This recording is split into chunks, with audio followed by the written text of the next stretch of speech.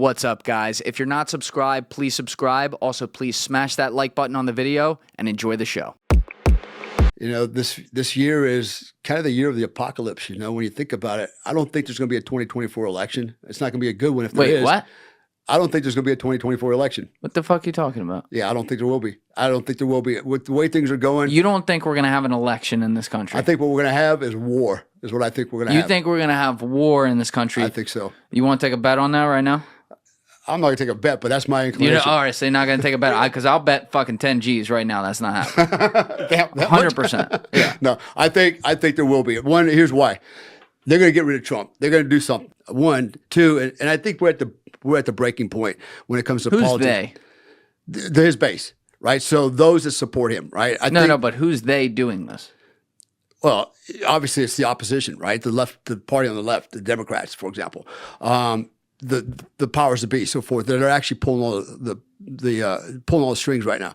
I don't think there's going to be an election. I think we're also going to be in a war with Russia by the end of the summer. Not because the Russians are bad, and I know that sounds really bad, but you know, a lot of people don't think about how did Russia get into this position in Ukraine to start with. Did they just say, oh, we're just going to invade it and take over the country?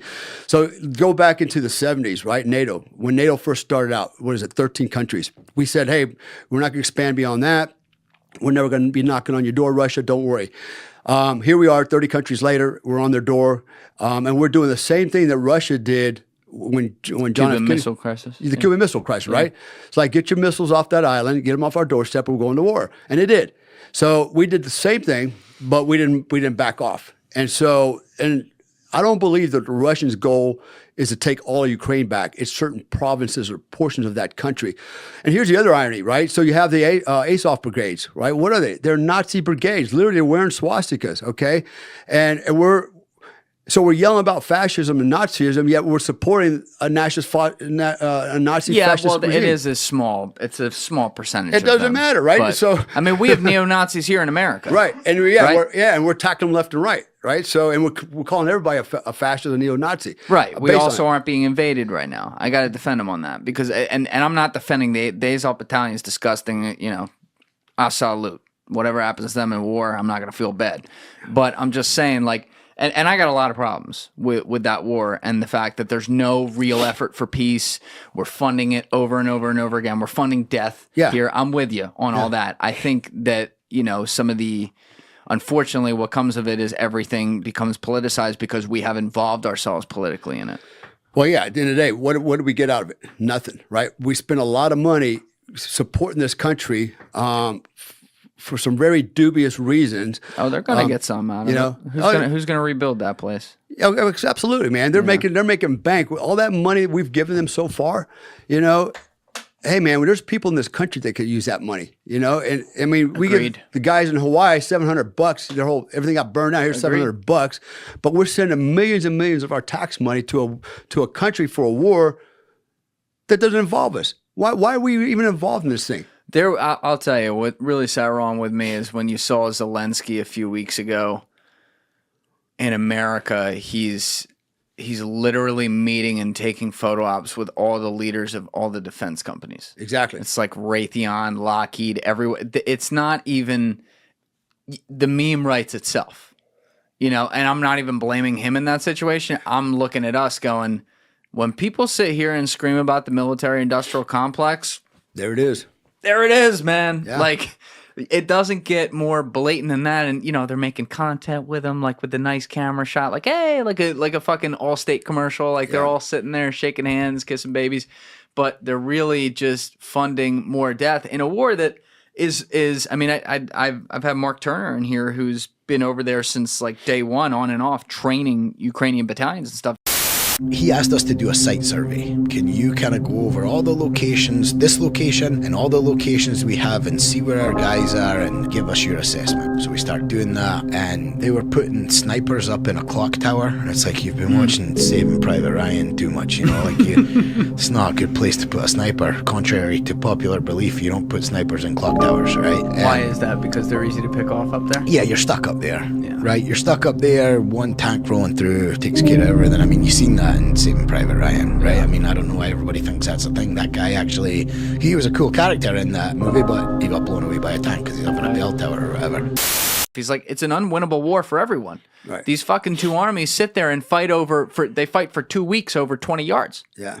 It's just not, it's just death. Yeah. And it's a racket, at the end of the day. War is a racket, so to speak. And it is. And unfortunately, I hate to, be the one to say that, but I've given... But you profit off that racket, though, too, doing what you do, no? Unfortunately, I do, Well, fortunately for me, I do. But it is what it is, People need my help. And look, at the end of the day, I do what I think is the right thing to do. I will not go and fight in Ukraine. I've been asked if I'd be willing to go. I was like, why? I ain't got nothing to do with us. And not only that, I don't agree with that war. Okay. So there's a part of me, a moral side of me, that picks and chooses the fights I want to get involved in. If you said to me, hey, do you want to go to wherever, Yemen, and kill ISIS or Al Qaeda? Sign me up. Fuck yeah. You're going to pay me money, I'll go do it, because I've seen what they're capable of doing, right? And so I don't have a problem with that. Somebody's got to do it. And if you can't do it and you need me to do it, okay, if you're paying me, I'll go do it. And, God is my money. No, actually, you know what?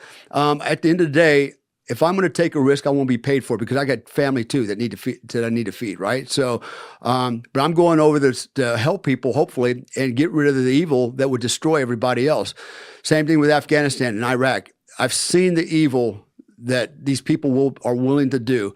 And most people sit, behind their computer at their TV at home, and they've just never been there. But once you've been there and you've seen it, it's like, man, Well, I want to go back to that too, because you've been talking about Iraq a little bit, and I don't want to back down from my opinions that when I'm sitting across from guys like you who I respect, who were there, and I always do say this about that war, as someone sitting in an armchair who didn't fight in it.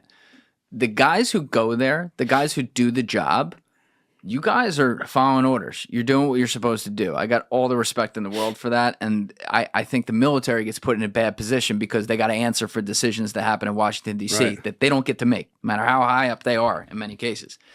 But you look at that war, obviously Saddam, bad guy, like not good guy. His sons were horrible.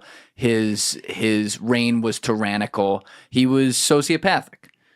At the same time, though, I do always struggle with the idea of two things. Number one, is it our job to be the world police at all times in all places? And number two, did we not end up leaving it worse than we found it? Because I would argue that as bad as he was and as awful of a person as he was and the things he would do that you laid out tragically, some of the examples of how bad it would get, it was at least more controlled than it is now, where it's just this power vacuum of almost tribes of terrorism that is ripe for the taking. Well, exactly. And I totally agree, right? We should not be policing the rest of the world.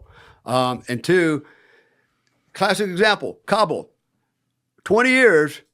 And what do? We hand $80 billion worth of equipment over to the Taliban. And what for what? For not. And I always bring this argument up too. It's very true. We went in there with a historic at the time paramilitary operation, took control of the situation. The one thing we failed to do was actually get bin Laden himself. We got to that 10 years later. And then all the resources started going to Iraq. That's where Afghanistan, you talk to everyone who's been there, and I haven't asked you about it as much to this point in our conversation, but you talk to everyone who's been there. That's where it went wrong, because it became like the little redheaded stepchild. Oh, yeah, that problem. Right? Yeah. And then it builds up. The Taliban never left, right? It's still there. And then 20 years later, it's the same as it was when we left it. Yeah, probably worse, actually. Probably worse. Yeah. Yeah. Again, look, you can't blame the military for any of that. Okay. Sure. You got to blame who? The politicians. Yes, I agree. And the politicians answer to the American people. Okay, so why are the American people not holding politicians accountable? Thank you for watching the video, guys. If you haven't already subscribed, please smash that subscribe button and check out this clip's full podcast episode by clicking here or in the description below.